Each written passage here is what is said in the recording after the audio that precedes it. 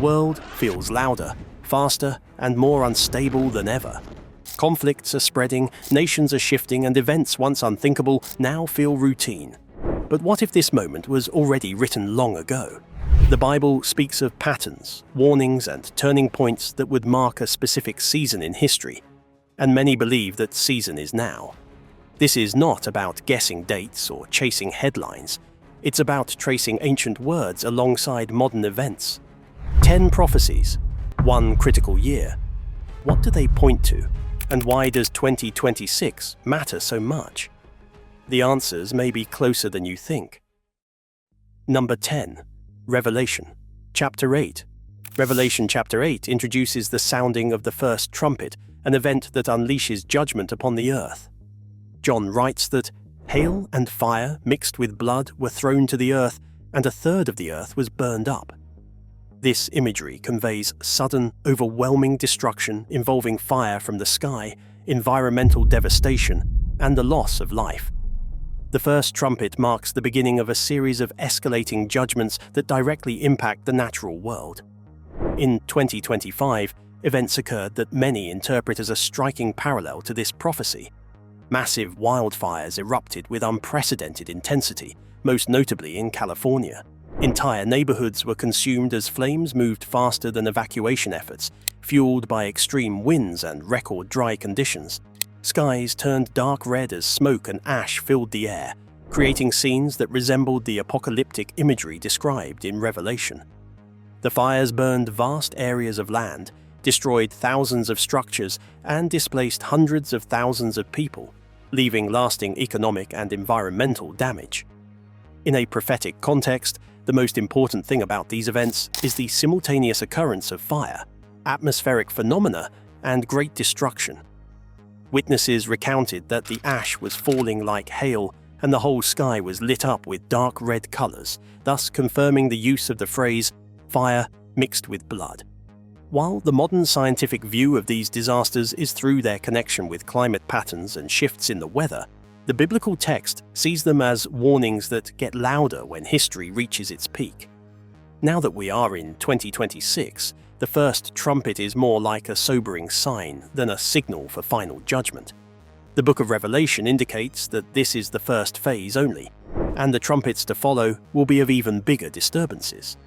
In case the calamities of 2025 were but the first distant sound of this prophecy, then 2026 is going to witness the global environmental catastrophes come into the limelight. If you think that was intense, don't blink. What's next raises the stakes even higher. Number 9. Luke, Chapter 21. In Luke chapter 21, Jesus describes a series of signs that will mark the closing chapter of human history. Among them is a striking image. On the earth, distress of nations with perplexity, the sea and the waves roaring. This prophecy points to more than ordinary storms. It describes overwhelming natural forces that leave nations confused, fearful, and unable to respond effectively, producing a sense of global helplessness. The events of 2025 offer a powerful illustration of this warning. Along Australia's eastern coast, extreme weather transformed once stable regions into disaster zones. A massive cyclone drove walls of ocean water inland, flooding cities, destroying infrastructure, and displacing entire communities. Streets became rivers, homes were swept away, and emergency services were stretched beyond capacity. Survivors described the sound of the ocean not as crashing waves, but as a continuous, thunderous roar as the sea overwhelmed the land. This catastrophe made the second part of Jesus' prophecy equally clear. Distress of nations, with perplexity. Even with the help of modern technology and wealth, the authorities couldn't manage the disaster. The governments had no choice but to announce states of emergency and ask for help from other countries, which was a demonstration of the limitations of human power over the natural world. Confusion, fear, and uncertainty grew as people recognized how quickly stability could disappear. Luke portrays these signs in the chapter as linked to a general pattern of events that was escalating rather than as single episodes. The year 2026 has arrived, and the roaring of the seas is a loud warning that the phenomena are happening more and more often and are getting stronger. Rising oceans, more vicious storms, and unprotected coastlines are signals that a greater number of countries are already undergoing distress similar to that of the Third World. Number 8. Matthew chapter 24. In Matthew chapter 24, Jesus describes one of the clearest signs of the last days: wars and rumors of wars, with nation rising against nation and kingdom against kingdom. He emphasizes that these events do not signal the end itself, but the beginning of birth pains, a period marked by increasing tension, instability, and the threat of far greater destruction. The pattern became unmistakable in 2025. Conflicts intensified across several regions, especially in Eastern Europe, where the war between Russia and Ukraine escalated in both scale and brutality. Beyond active fighting, global anxiety deepened as nuclear threats resurfaced openly. Missile deployments, military drills, and hardened rhetoric created an atmosphere of fear that extended far beyond the battlefield. What makes this moment especially significant is Jesus' reference to rumors of wars. These are not only reports of conflict, but the constant expectation that a catastrophic escalation could occur at any time. Rising tensions involving China and Taiwan, instability on the Korean peninsula, and growing friction between nuclear powers reinforced the sense that the world stood on a dangerous edge. Now that 2026 has arrived, this trajectory is accelerating. Military readiness is increasing while diplomatic restraint is weakening. According to Jesus' warning, this phase is defined by unrest, uncertainty, and fear, conditions that prepare the world for events still to come. These wars and rumors are not the conclusion, but a clear signal that humanity has entered a decisive and dangerous stage of history. Number 7. Revelation chapter 6. Revelation chapter 6 describes the opening of the third seal, revealing the black horse and its rider, a powerful symbol of famine and economic collapse. The rider holds a pair of scales, and a voice declares, "A quart of wheat for a denarius, and 3 quarts of barley for a denarius." In biblical times, a denarius represented a full day's wage for a laborer. This prophecy depicts a world where basic food becomes scarce and outrageously expensive, forcing people to spend an entire day's earnings just to survive. The events unfolding in 2025 provide a striking parallel to this vision, particularly in regions devastated by prolonged conflict. In Sudan, years of civil war have shattered agriculture, supply chains, and medical infrastructure. Millions have been displaced, and entire cities have been reduced to ruins. As food shortages worsened, prices surged dramatically. Reports indicated that the cost of staple foods, such as bread and wheat, increased several-fold, making survival an everyday struggle for ordinary families. Not only famine, but also the exact economic imbalance as described in Revelation is what makes this situation prophetically significant. When the labor of a whole day can only provide enough food for a person, society has already gone through extreme rationing. The scales held by the rider are a symbol of this hard decision. Survival is at the top of the list, while abundance is at the bottom. The children, the old and the weak are the first to suffer, but soon desperation spreads all over the place. Looking forward to the remaining months of 2026, the Black Horse warns of a global impact that is going to be wide. Conflicts, climate change, and economic instability are all coming together in a manner that India's food security is going to be threatened.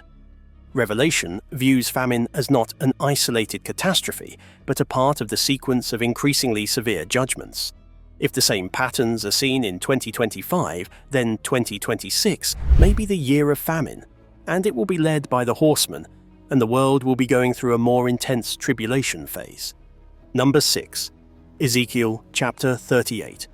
Ezekiel chapter 38 describes a future coalition of nations that will rise against Israel in the latter days, led by a figure symbolically called Gog. 2 details stand out in the prophecy. The attack comes from the far north, and it includes Persia, modern-day Iran. This alliance is not sudden or accidental, but a carefully aligned gathering of powers drawn together for a decisive confrontation. Events in 2025 closely reflected this framework. Along Israel's northern border, Hezbollah intensified military operations using advanced weapons, including drone and missile technology supplied by Iran. These were not isolated actions by a local group, but coordinated efforts enabled by a larger regional power, aligning with Ezekiel's reference to Persia as a key participant. The far north, geographically, is the area of today's Lebanon and Syria, which were in the past related to the House of Togarmah, the same house the prophecy referred to.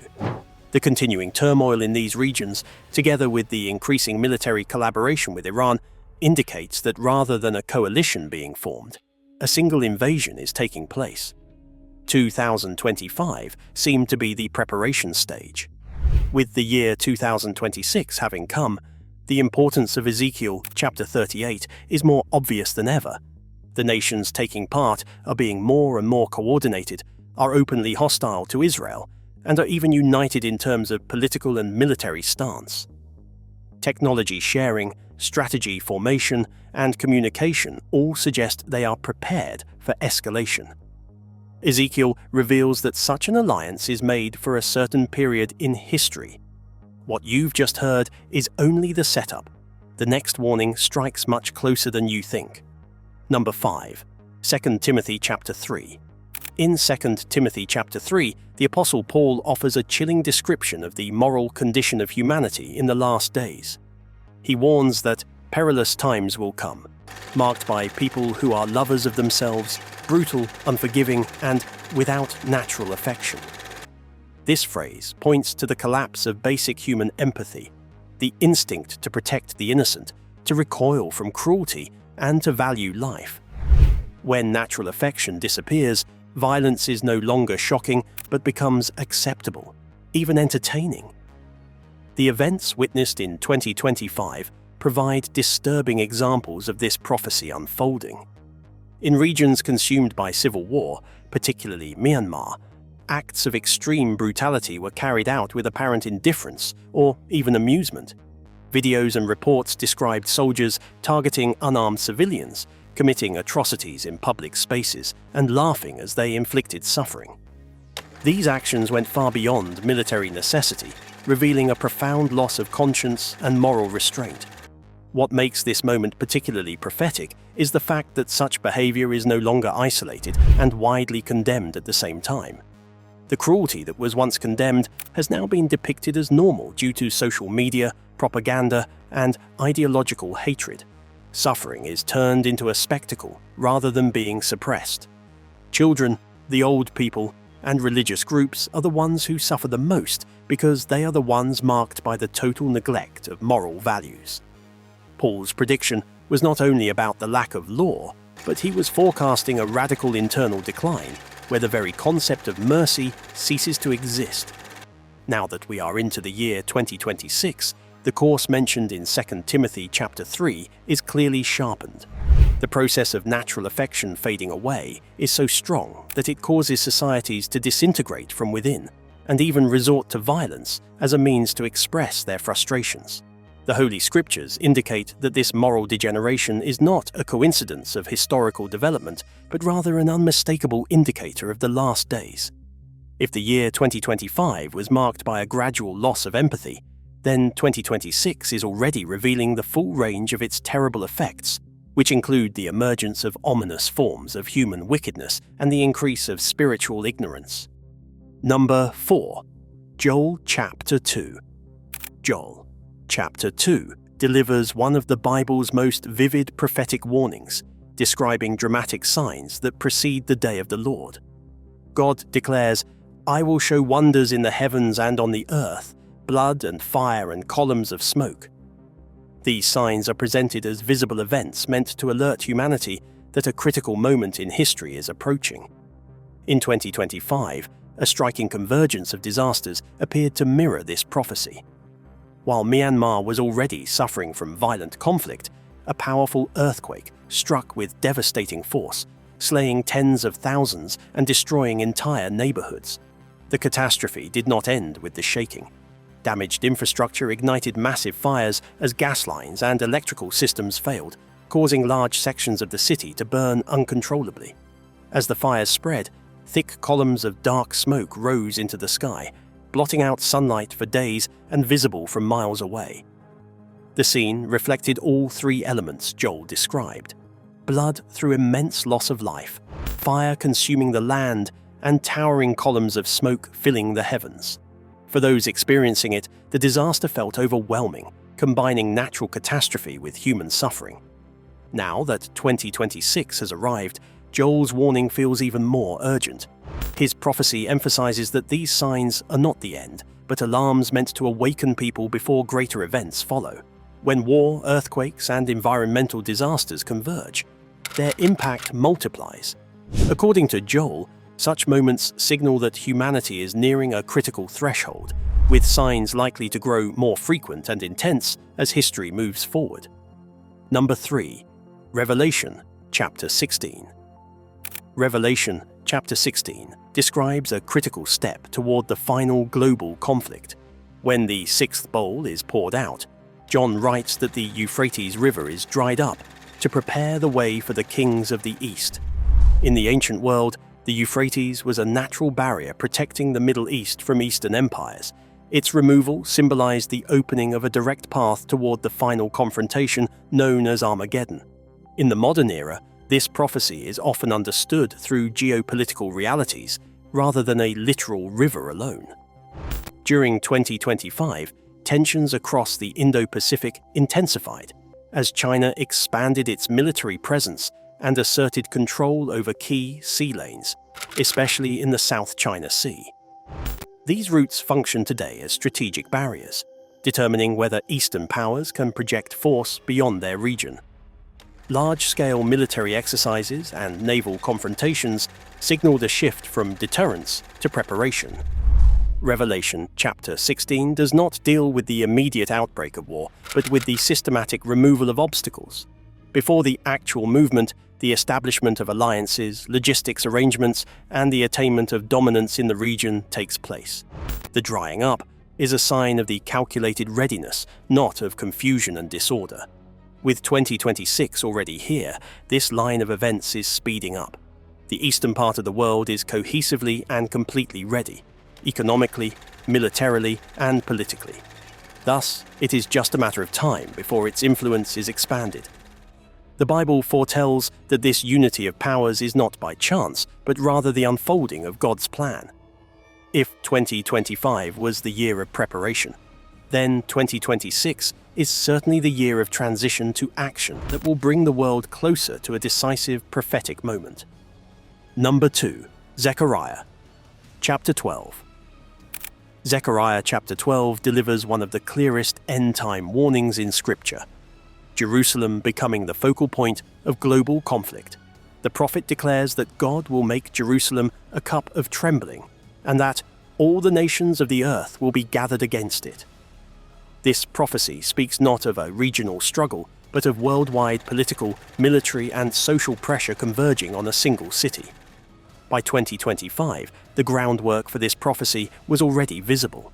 Israel's actions across multiple fronts, Gaza, Lebanon, Iran-backed forces, and tensions along the Syrian border, triggered intense international reaction. Governments issued condemnations, the United Nations debated resolutions, and mass protests spread through major Western cities. Opposition to Israel expanded beyond its neighbors, uniting nations, institutions, and public opinion across continents. Now that 2026 has arrived, this pressure is no longer easing. Zechariah's image of a cup of trembling reflects how Jerusalem destabilizes those who attempt to control or divide it. Politically, this has resulted in diplomatic gridlock, internal unrest, and growing global division. Efforts to force solutions have only increased tension rather than resolved it. As events continue to unfold in 2026, the prophecy points toward intensification, not resolution. According to Zechariah, this gathering of nations does not signal Jerusalem's defeat, but sets the stage for divine intervention at a critical moment in history. The tension doesn't stop here. The final prophecy takes everything to its most serious level.